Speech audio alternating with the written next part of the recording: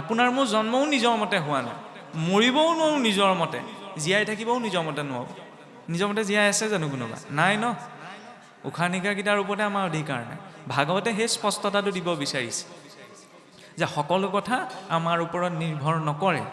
আমাৰ ওপৰত এটা বহুত শক্তিশালী শক্তি আছে, তেওঁৰ ওচৰত সমৰ্পিত হৈ জীৱনৰ যাৱতীয়খিনি কৰি যোৱাটো প্ৰয়োজন। কিন্তু মানুহে যেতিয়া নিজৰ স্থিতিটোক লৈ সংশয়ত থাকে ন, তেতিয়াহ'লে কি হয়? এটা মই সৰু কথা এটা কৈছোঁ চাবচোন। কিছুমান মানুহ অকলে থাকিবলৈ খুব ভয় কৰে। অকলে থাকিবলৈ ভয় কৰে। অকলে থাকিবলৈ ভয় কিয় কৰা যায় জানেনে? অকলে থাকিবলৈ তেওঁ কিবা ভূত প্ৰেত আহিব সেইটো ভাৱত ভয় নকৰে। অকলে থাকিলে কি হয়? একমাত্ৰ তেওঁহে তেওঁৰ লগত থাকে, হয়নে? আৰু নিজৰ বাস্তৱিকতাটোৰ সৈতে যেতিয়া মানুহজন সন্মুখীন হয় ন, তেতিয়া তেওঁ পাগলৰ নিচিনা হৈ যায়। নিজৰ বাস্তৱিকতাৰ সৈতে যেতিয়া সন্মুখীন হয়, সেইকাৰণে তেওঁ ভিৰত থাকিব বিচাৰে। ভিৰত থাকিলে কি হয়? নিজৰ বাস্তৱিকতাটোৰ পৰা তেওঁ আঁতৰি ভিৰটো যিটো ফ্ল'ত গৈ আছে ন, সেইটো ফ্ল'তে গৈ থাকে, অনুভৱ নহয়। ভাগৱতৰ মাৰ্গত চাব একান্ত হোৱাৰ কথা কৈছে, যে নিজক সময় দিয়া। আমি নিজক সময় নিদিওঁ, আমি আনক সময় দিওঁতে জীৱনটো গুচি যায়। নিজক বুজাটো, আমিতো লাগি থাকোঁ আনক বুজিবলৈ। আমুকলৈ গৈছিলোঁ গম পালোঁ আমুক কেনেকুৱা, তামুকলৈ গৈছিলোঁ আমুক কেনেকুৱা গম পালোঁ। আৰে নিজে কেনেকুৱা আজিলৈকে সেইটোকে বুজিব পৰা নাই, আকৌ আনক বুজিবলৈ লাগি আছোঁ, হয় নে নহয়? ভাগৱতে নিজক বুজিবলৈ কয়। নিজক নুবুজাকৈ আনক বুজিবলৈ চেষ্টা কৰাটো সময় নষ্টৰ বাহিৰে একো নহয়। এতিয়া মধ্য দশমতে কি প্ৰসংগ চলি আছে আপোনালোকে জানে, যে ৰুক্মিণী হৰণ। বৰ সুন্দৰ প্ৰসংগ। ভগৱন্তৰ লীলাৰ জৰিয়তেও কেনেকুৱাখিনি কথা তাৎপৰ্য প্ৰকাশ কৰিছে। যে জানে, সকলোৱে জানে যে ৰুক্মিণী কাৰ কন্যা আছিল? মহাৰাজ ভীষ্মক, কুণ্ডিল ৰাজ্যৰ ৰজা মহাৰাজ ভীষ্মকৰ। আৰু লীলাৰ মতেতো কোৱা যায় ৰুক্মিণী স্বয়ং লক্ষ্মীৰ অৱতাৰ, নহয়নে? ভীষ্মকৰ ৰাজ্য কি? কুণ্ডিল নগৰী, নহয়নে? এখন কুণ্ডিল নগৰ আপোনাৰ মোৰ ভিতৰতো আছে। আমাৰ এই স্থূল শৰীৰটোৰ ভিতৰত এটা সূক্ষ্ম শৰীৰ আছে বুলি কোৱা যায় নহয়, যাক চাপটেল বডি বুলি কয়। সেই সূক্ষ্ম শৰীৰটোৰ একেবাৰে নিম্ন অংশত 4টা পদুমৰ পাহি সদৃশ বোলে এটা শক্তিৰ মণ্ডল আছে, যাক ভাগৱতৰ দৃষ্টিৰে ভাষাৰে মূলাধাৰ চক্ৰ বুলি কয়। আজিকালিতো মানুহে সেইবিলাক চক্ৰ বুলি ক'লে আমুক তামুক ঢেৰ কিবা কিবি কথা কয়, ধ্যান প্ৰণালী। সেই মূলাধাৰ চক্ৰত জীৱৰ প্ৰাণ শক্তি সুপ্ত হৈ থাকে।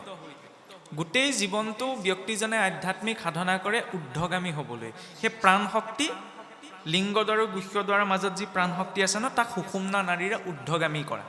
বৈকুণ্ঠৰো 7টা ভাগ আছে ন, 7টি ভাগ। শৰীৰতো 7টি ভাগ আছে।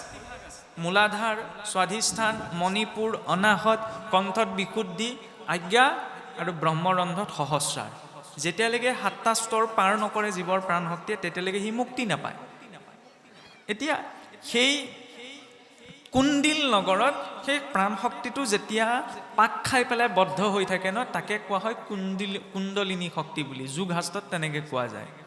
আৰু সেয়াই হৈছে কুণ্ডিল নগৰ, যি কুণ্ডিল নগৰত জীৱৰ মূল প্ৰাণ শক্তি বদ্ধ হৈ আছে। আৰু সেয়াই ৰাৱণে সীতাক হৰণ কৰি নি বন্দী কৰি থোৱা তাৎপৰ্য। তাৰ সেই পিতামহ, ক্ষমা কৰিব, ৰজা ভীষ্মকৰ। কুণ্ডিল নগৰৰ ৰজা কোন? ভীষ্মক, নহয়নে? ভীষ্মক কোন? প্ৰত্যেক জীৱ ভীষ্মক। কেনেকৈ?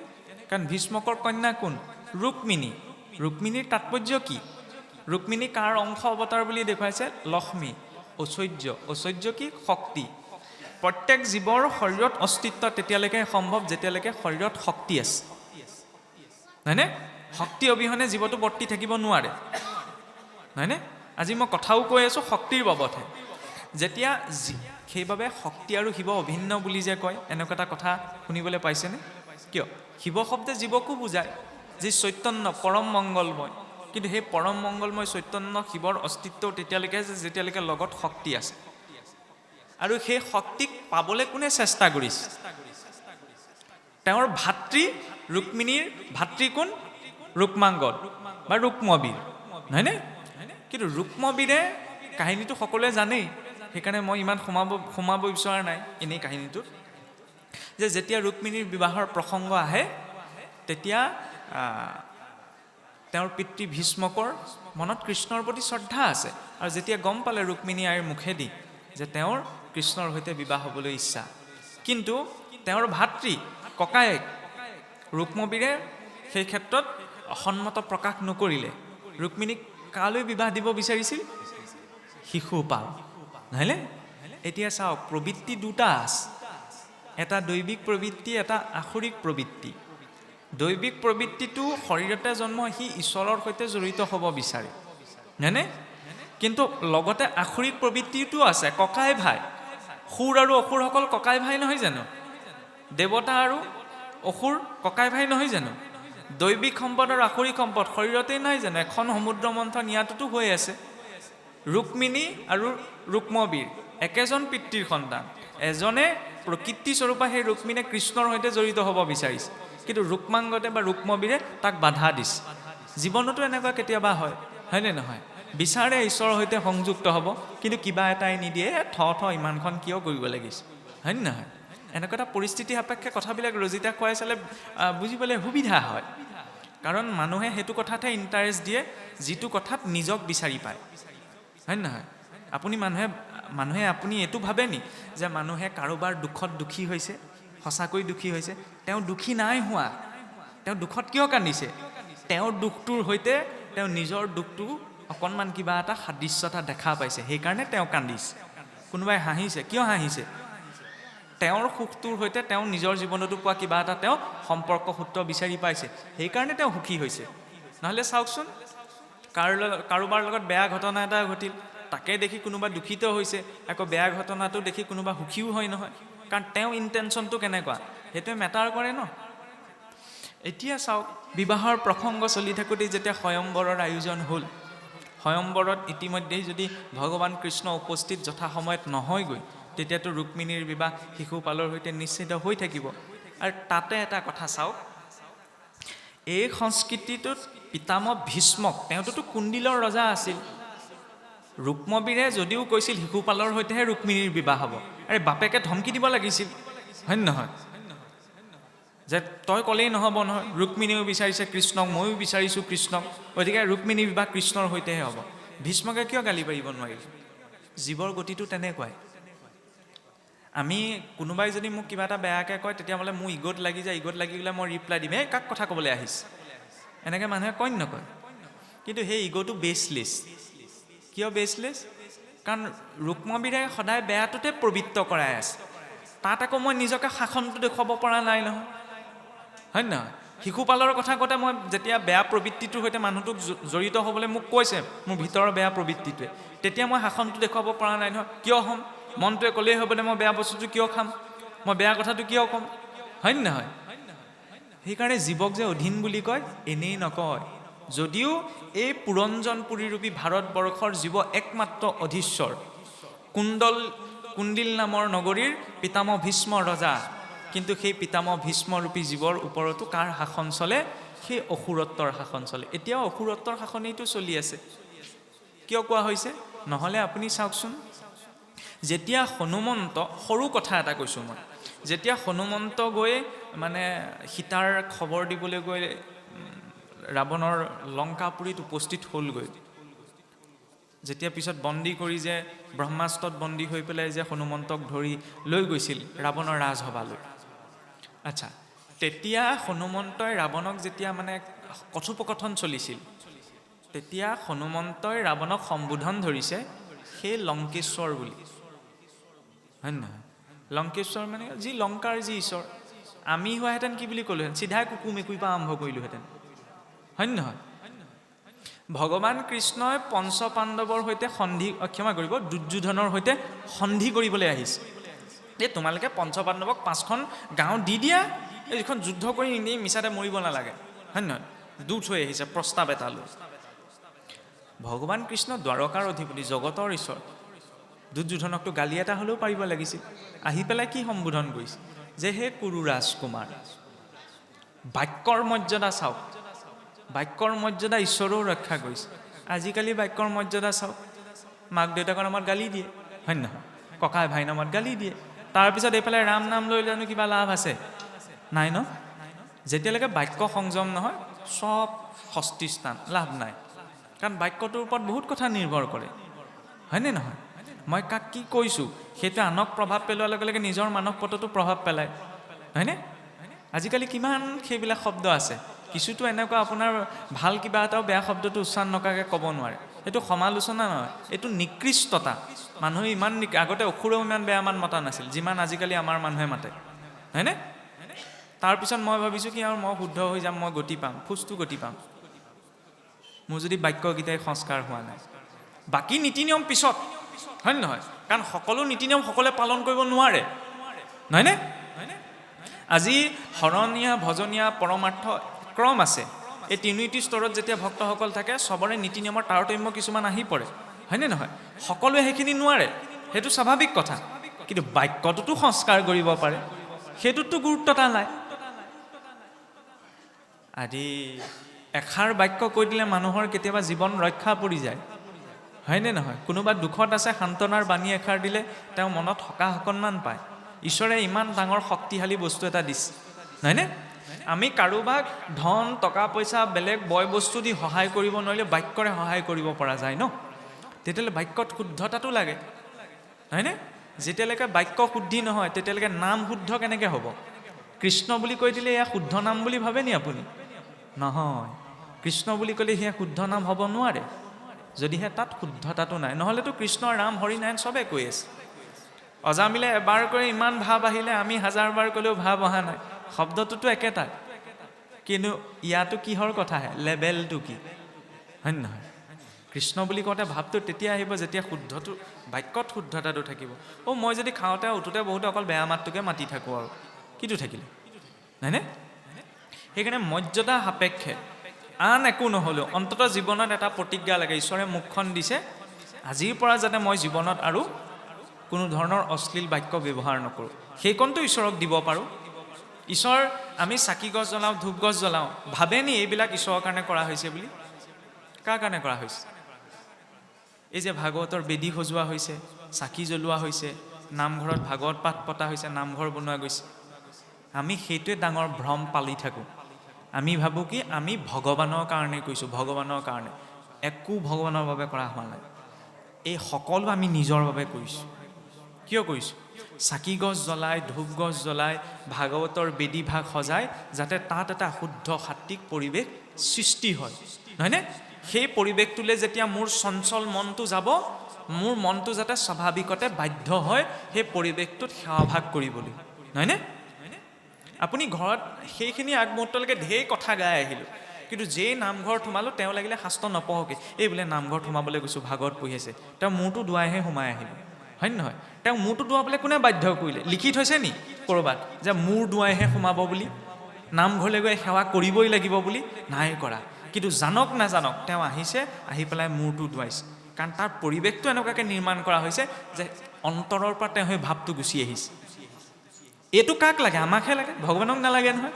ভগৱানে বহি থকা নাই, তেওঁ আহিব, মোৰ ওচৰত চাকি দিব, ধূপ দিব, তামোল পাণ দিব, মই ভাল পাম। ভগৱানৰ সেইখিনি প্ৰয়োজন নাই। আমি তাক মাধ্যম এটা কৰিছোঁ, তাৰ জৰিয়তে যাতে সাত্বিক পৰিৱেশ এটা নিৰ্মাণ কৰি মোৰ মনটোক তেওঁৰ সৈতে জড়িত কৰিবলৈ অকণমান চেষ্টা কৰিব পৰা যায়। সেইকাৰণে জীৱনত এইটো ভ্ৰম কেতিয়াও পালিব নালাগে যে আমি ধৰ্মৰ নামত যি কৰিছোঁ ভগৱানৰ কাৰণে একো কৰা নাই। আমি কৰোঁ নকৰোঁ তেওঁ কোনো মতলব নাই। মতলব আছে নি? যেনেকৈ ধৰি লওক ৰাষ্ট্ৰপতিয়ে হওক, প্ৰধানমন্ত্ৰীয়ে হওক, তেওঁলোকক আমি সন্মান কৰোঁ নকৰোঁ এইটো ধৰি লওক ডাঙৰ মানুহ, কোনো মেটাৰ নকৰে, মই কৰোঁ নকৰোঁ, হয় নহয়? ভগৱান কিমান উচ্চ পৰ্যায়ৰ ব্যক্তিত্ব, গতিকে তাত হাজাৰ হাজাৰ ব্ৰহ্মাণ্ডৰ মাজৰ এই পৃথিৱী নামৰ গোলকটোৰ আপোনাৰ 100খনতকৈ অধিক দেশৰ এখন প্ৰান্তত এখন গাঁৱত বহি থকা মই তেওঁ কি ভাবোঁ, তেওঁ কি মেটাৰ কৰে? নকৰে। এই সকলো কৰা গৈছে নিজৰ মানসিক উত্তৰণৰ বাবে, হয়নে? সেই স্পষ্টতাটো লাগে।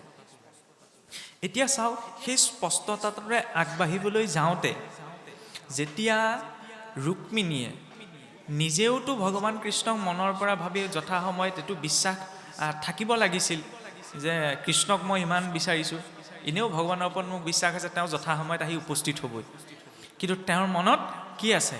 এটা সংশয়। কি সংশয় আছে?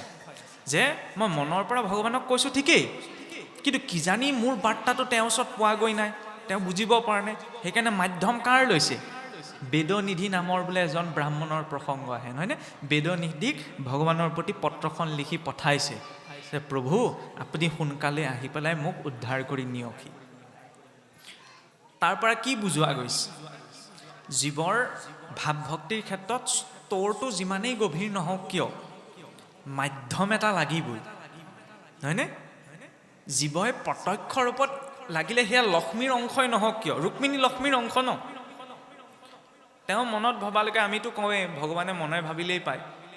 ৰুক্মিণীয়ে কি নাজানিছিল নি যে তেওঁ যে মনৰ পৰা ভগৱানক বিচাৰি আছে, ভগৱান যথাসময়ত উপস্থিত হ'বহি? মাধ্যমটো কিয় ল'ব লগা হ'ল? আধ্যাত্মিক মাৰ্গতো মাধ্যম এটাৰ প্ৰয়োজন। ৰুক্মিণীয়ে বেদনিধিক গুৰু বৰণ কৰি পত্ৰ লিখি পঠাইছিল যে গুৰুজন। সেইবাবে মনুষ্য জীৱনতো মানুহে যিমানেই শাস্ত্ৰত পণ্ডিত নহওক কিয় মাধ্যম কাৰ লাগে? গুৰুৰ। কাৰণ জীৱৰ জ্ঞানৰ ক্ষেত্ৰত গভীৰতা যিমানেই গভীৰ নহওক কিয় অহংভাৱটো সদায় লগত থাকে, হয়নে? অহংভাৱটো এৰিব নোৱাৰে।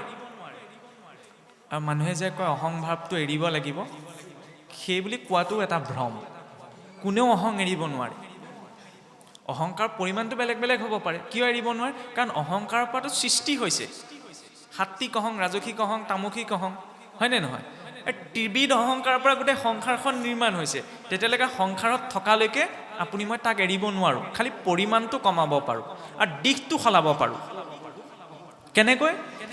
গোপীসকলে সংসাৰ আটাইতকৈ বৰ্জনীয় ভাৱটো হৈছে কাম ভাৱ, নহয়নে? কাম ভাৱেনো ঈশ্বৰক পাব পাৰিনে? কিন্তু গোপীসকলে কাম ভাৱ কি কৰিলে? ডিৰেকশ্যনটো সলাই দিলে, দিশটো সলাই দিলে ভগৱানৰ প্ৰতি। সেইবাবেতো কোৱা হয় কৰ্মেন্দ্ৰিয় প্ৰীতি ইচ্ছা তাকে বোলে কাম, কৃষ্ণেন্দ্ৰিয় প্ৰীতি ইচ্ছা ধৰে প্ৰেম নাম। অহংকাৰটো আমি এৰিব নোৱাৰোঁ। মই মোৰ শব্দটো নোকোৱাকৈ কোনোবা চলিব পাৰিব জানো? মই মোৰ মানে কি? অহম মম নহয় জানো? খালি তাৰ আমি দিশটো সলাব পাৰোঁ। কি বুলি? মই কোন হয়? তেওঁৰ দাসৰো দাসৰো দাসৰো দাসৰো দাস। মহাপুৰুষ মাধৱদেৱেতো সেই বুলি কৈছে, গোপী ভট্টাপদ কমলৈ দাসো দাসানো দাসম দাস। আমিতো দাসৰো দাসৰ পিছতো নাহোঁগৈ। দয়নীয় স্থিতি যে প্ৰভু মই তোমাৰ দাসৰো দাসৰো দাস। মই বুলি কোৱাৰ পৰিচয়টো সেইটো। আৰু মোৰ কোন হয়? ভগৱন্ত। তাৰ বাহিৰেতো নিজৰ ধাৰণ কৰি থকা এইটোও নহয়, চবটোতো ধাৰত চলি আছোঁ ন। সেই কথাটো গভীৰতাই যেতিয়া স্পৰ্শ কৰে তেতিয়া সেই অহং ভাৱটোৱে, বেদতটো অহং ব্ৰহ্মস্মি বুলি কোৱা হৈছে, কিন্তু সাধাৰণ মানুহে এইটো ক'লে ডাঙৰ বিপদ হ'ব যে ময়েই ব্ৰহ্ম, নহয়নে? কিন্তু মই ব্ৰহ্ম বুলি কোৱাৰ যিটো দৰ্শন আছে সেই স্থিতিটো কি, নহয়নে? যেনেকৈ পৰীক্ষিতৰ শেষত ব্ৰহ্মোপদেশত এইটো পদ আহে, ময়ি পৰমাত্মা আত নাহিকে সংশয়। পৰীক্ষিতে সেই বুলি কৈ দিয়ে, ধেমালি কথা নে? ময়ি পৰমাত্মা আত নাহিকে সংশয়। ভাগৱতৰ কথা ক'লে শেষত পৰীক্ষিতে ক'লে গ'লে ময়ে যে পৰমাত্মা, ইয়াত বোলে মোৰ সংশয় নাই। সাধাৰণ মানুহজনে এইটো লোকাচাৰত নহয়, এইটো অনুভৱত। লোকাচাৰত যদি মই পৰমাত্মা বুলি কয় তেতিয়া মাধ মাৰ খাব, বুলিব পাগল হ'ল পৰমাত্মা বুলি কৈছে, হয়নে? সেইটো অনুভৱৰ কথা। বৰ ধুনীয়া প্ৰসংগ এটা আছিলে। এই হনুমন্তৰ কথা কৈ আছোঁ নহয়, হনুমন্তৰ জৰিয়তে আহে। কি হয়? এবাৰ ভগৱান ৰামচন্দ্ৰই হনুমন্তক সুধিলে, হে ৰাবলে, এই তুমি যে মোৰ ভক্তি যে কৰা, তোমাৰ আৰু মোৰ মাজত সম্পৰ্কটো কি? বৰ গভীৰ উত্তৰ যে প্ৰভু সেৱক ভাৱত মই আপোনাৰ দাস, হয়নে? আপোনাৰ মোৰ জীৱনতো সেইটো লাগে। সেৱক ৰূপত আমি ভগৱানৰ কি? দাস। জীৱ ৰূপত প্ৰভু মই আপোনাৰ অংশ, হয় নহয়? জীৱ ৰূপত সমস্ত জীৱ ঈশ্বৰৰ অংশ নহয় জানো? আৰু তত্ত্বৰূপত সেইটো হজম কৰিব নোৱাৰো উত্তৰ। কি বুলি ক'লে? বোলে তত্ত্বৰূপত প্ৰভু ময়ে আপুনি, আপুনিয়ে মই। এইটো বহুত গভীৰ স্তৰৰ কথা। যেনেকৈ চাওক, জুইকুৰাৰ পৰা ফিৰিঙতিটো উৎপন্ন হৈছে, নহয়নে? জুইকুৰাও বেলেগ, ফিৰিঙতিটোও বেলেগ। কিন্তু অসমীয়াত কয় নহয় ফিৰিঙতিয়ে খাণ্ডৱ দাহ কৰে বুলি। কিন্তু ফিৰিঙতিটোৱে নিজকে অগ্নি বুলি কেতিয়া জানিব নোৱাৰে? যেতিয়ালৈকে সি ফিৰিঙতি হৈ থাকে। কিন্তু যদি সি শুকান খেৰৰ দম এটা পাবলৈ হয় তেতিয়াহ'লে সেই ফিৰিঙতিটো অগ্নি হৈ পৰে। প্ৰকৃততেতো সিও অগ্নিয়ে, কিন্তু মাধ্যমটো পোৱা নাই। গতিকে জীৱই যেতিয়ালৈকে সংসাৰত থাকে ই জীৱ, যেতিয়া নিজৰ সংসাৰবদ্ধ স্বৰূপটো ত্যাগ কৰে ন, তেতিয়া সি স্বয়ং পৰমাত্মা হৈ পৰে। সেইকাৰণে এইটো লোক ব্যৱহাৰত নহয়, এইটো অনুভৱত। সকলোতেতো এজনেই আছে বুলি কয়, কেনেকৈ আছে? মানুহ এজন, আইনা বহুকেইখন থৈ দিলে প্ৰতিবিম্ব বহুতকেইটা পোৱা যায় ন। সংসাৰখনত মায়া এইটোৱে, মানুহে মায়া বুলি ক'লে ভয় খাই যায়। মায়া হ'লে কি হ'ব? এই মায়া, কিছুৱেতো শব্দ এটা প্ৰয়োগ কৰে আপোনাৰ, মায়াধাৰী ভকতি। ভকতিনো মায়াধাৰী হ'ব পাৰেনে? নহয়নে? মায়া বেয়া বস্তু নহয়, মায়াৰ জৰিয়তেতো সৃষ্টি নিৰ্মাণ হৈছে। মায়াৰ দুটা শক্তি আছে, এটা হৈছে আক্ষেপ, এটা হৈছে আৱৰণ। ৰুমটো দানাহে মুধাই সোমাই গ'লোঁ, পটককৈ আপোনাৰ ৰছীডালতে গছকটো পৰিলে। ৰছীডালক গছক পোৱাৰ লগতে পাৰে প্ৰতি আমাৰ শাস্ত্ৰত এইটো উদাহৰণ, ৰছীতে সৰ্প ভয়। ৰছীডাল দেখিয়ে মানুহে সাপ বুলি ভাবিলে বোলে আন্ধাৰত। আচ্ছা, সাপ বুলিয়ে কিয় ভাবিলোঁ? কুকুৰ বুলি কেলৈ নাভাবিলোঁ? মেকুৰী বুলি কিয় মনলৈ নাহিলে? অকল সাপ বুলি কিয় আহিলে? কাৰণ মোৰ মন মগজুত ৰছীৰ যিটো আকাৰ সেইটো সাপৰ সৈতে জড়িত হৈহে মগজুত ফিট হৈ আছে। মানুহৰ অনুভৱটো সেইকাৰণে লিমিটেশ্যন আছে নাই? মানুহে সেইটোহে অনুভৱ কৰিব পাৰে যিটো নিজৰ মগজে কিবা এটা বস্তুৰ সৈতে ৰিলেশ্যনটো ৰাখিব পাৰে। সেইটোৱে হৈছে মায়াৰ আক্ষেপ শক্তি। ইয়াৰ পাছত আছে মায়াৰ আৱৰণ শক্তি। আৱৰণ শক্তি মানে কি? আচ্ছা, আন্ধাৰ হৈ আছিলে কাৰণে পটককৈ ৰছীডালতে সাপ বুলি ভাবিলোঁ। তাত যদি পোহৰ থাকিলেহেঁতেন, ৰছীডালকতো সাধাৰণ মানুহজনে সাপ বুলি কেতিয়াও নাভাবে। গতিকে জীৱনত সংসাৰখনৰ বাস্তৱিকতাৰ ভ্ৰমটো কেতিয়ালৈকে অনুভৱ হয়? যেতিয়ালৈকে তাত পোহৰ নপৰে। কিহৰ পোহৰ? আধ্যাত্মিকতাৰ পোহৰ। আধ্যাত্মিকতাৰ পোহৰ যেতিয়া পৰে, তেতিয়া গম পোৱা যায় যিটোক ধাৰণ কৰি আছোঁ এইটো কামেই নাইচোন, এইটো মাটিৰ পৰা আহিছে, মাটিত মিলি যাব। 1 ছেকেণ্ডত যদি 1000জন মানুহ জন্ম হয় পৃথিৱীত, ধৰি লওক এটা ছেকেণ্ডত 1000জন মানুহ জন্ম হ'ল। আচ্ছা, পৃথিৱীৰ ওজন বাঢ়িব নে কমিব বাৰু? বাঢ়ি যাব ন? আৰু সেই একেটা ছেকেণ্ডতে যদি 1000জন মানুহ মৰি থাকে, পৃথিৱীৰ ওজন বাঢ়িব নে কমিব? কমি দে, এই সাধাৰণ স্তৰত কমি যাব। কিন্তু প্ৰকৃততে কি, 1 ছেকেণ্ডত যদি পৃথিৱীত 1 লাখ মানুহো জন্ম হয়, পৃথিৱীৰ ওজন না বাঢ়ে আৰু 1 লাখ মানুহ মৰি গ'লেও নকমে। কিয় বোলে? এইটো ক'ৰ পৰা আহিছেনো? এই সৃষ্টিখনত আমি যিমানবিলাক পদাৰ্থ দেখিছোঁ চব মাটিৰ পৰা আহিছে। আৰু গৈ থৈ ক'ত মিলিবগৈ? মাটিতে মিলিবগৈ, নহয়নে? যাত্ৰাটো, গতিকে এই শৰীৰটো যাত্ৰা মাটিৰ পৰা মাটিলৈ, তাৰ মাজত আমি উথল পুথল কৰি থাকে। খালি তাৰ মাজত নিজৰ উদ্দেশ্যটো জানিব পৰাটো আচল কথা।